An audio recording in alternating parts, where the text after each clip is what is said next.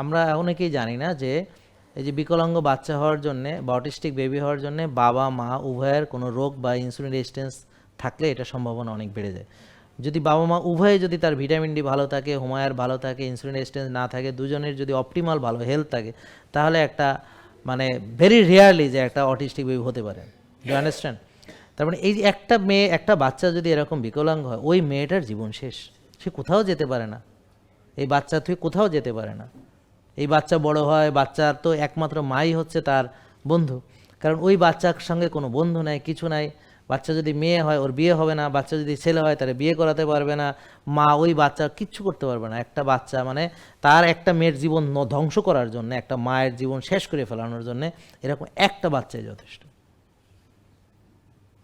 তা এখন আমরা যদি সতর্ক হইতাম যে নারী পুরুষ উভয়ে তারা যদি বিয়ের আগে বা বিয়ের পরে বা বাচ্চা নেওয়ার আগে তারা যদি তাদের এই যে হোমায়ার কত, ইনসুলিন রেজিস্ট্যান্স আছে কিনা, ভিটামিন ডি লেভেল কত, তারা এগুলো সব ঠিকঠাক করে দুজনে সাউন্ড হেলথে যদি বাচ্চাটা নেয়, তাহলে তাদের এই নিজেদের সন্তানটা অনেক স্বাস্থ্যবান হবে। এটাই স্বাভাবিক যে উভয়ের স্বাস্থ্য ভালো, স্বাস্থ্যবান বাচ্চা।